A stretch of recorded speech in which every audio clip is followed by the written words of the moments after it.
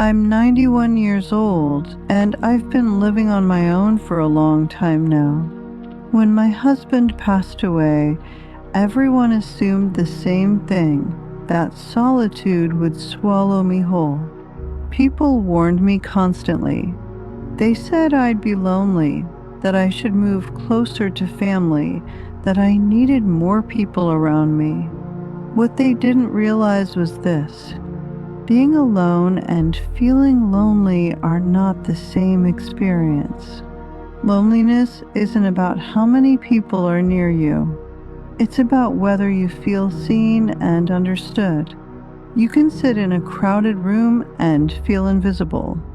You can live quietly and feel completely at peace. I've lived both realities, and I know which one feels heavier.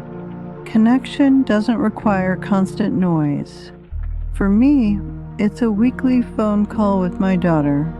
Sometimes it's just 20 minutes, sometimes a little longer. That's enough.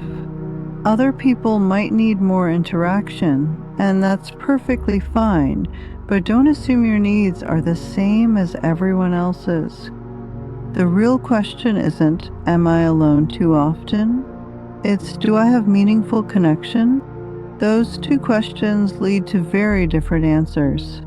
When you stop measuring your life by someone else's standards, you finally hear your own voice. And once you hear it, something interesting happens. You realize peace doesn't need an audience. But understanding solitude is only the beginning, because living alone without losing yourself requires something else entirely. When you live with other people, your day naturally has structure. There are shared meals, conversations, and routines that give time a rhythm. When you live alone, that structure doesn't appear on its own. You have to build it. Every morning, I wake up at the same time. I make tea using the same mug, sit in the same chair, and look out the window while the world wakes up. It might sound repetitive, but it gives my day a beginning. It tells my mind, this day matters.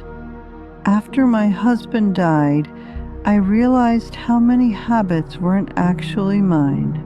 Dinner time, bedtime, even hunger itself, I'd been following someone else's rhythm for decades. Living alone gave me permission to discover my own. That wasn't sadness. That was freedom. Routine isn't about rigidity. It's about grounding yourself so the days don't blur together. Without it, silence can feel heavy. With it, silence feels calm.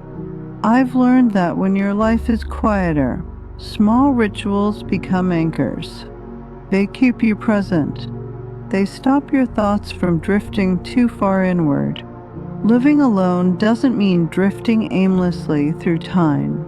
It means you get to decide what your days look like on purpose. But routine alone isn't enough, because even quiet lives need something that depends on us.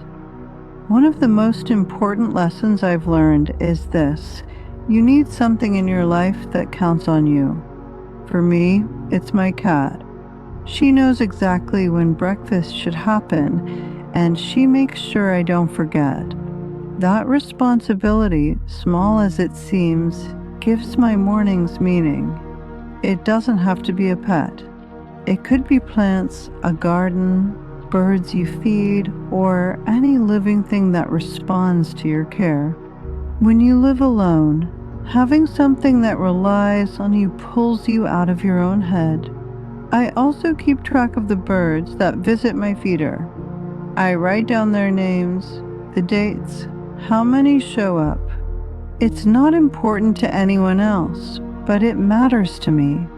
It gives me something to notice, something to look forward to. Attention is powerful. When you give it to the world around you, the world feels less distant. Without that outward focus, your thoughts can echo too loudly. Being needed doesn't have to be dramatic. Sometimes it's enough to know that something somewhere would notice if you didn't show up. And once you learn what truly matters, you also learn who deserves your time. When you live alone, your social energy becomes precious. You can't afford to waste it on people who exhaust you or conversations that feel empty. I've learned to keep my circle small and meaningful. I have a few close friends, people who know me, who don't require performance, who make me feel understood. That's worth more than dozens of casual connections. Quality always matters more than quantity. But the most important relationship you have when you live alone is the one you have with yourself. If you don't enjoy your own company, solitude will feel unbearable. If you do, it can be deeply fulfilling. For years, I thought something was wrong with me because I preferred quiet. I compared myself to louder, busier people and assumed I was lacking. I wasn't. I was simply different. I like calm mornings. I like books, early nights, familiar routines. I don't enjoy crowds or constant activity. And eventually, I stopped apologizing for that. Missing someone you love doesn't mean your life is empty. Grief and contentment can exist together. I miss my husband every day, but I also have a full life. Some people are built for solitude, and if you are, there's nothing broken about you. So ask yourself, are you truly lonely, or are you just living a quieter life than the world told you is acceptable?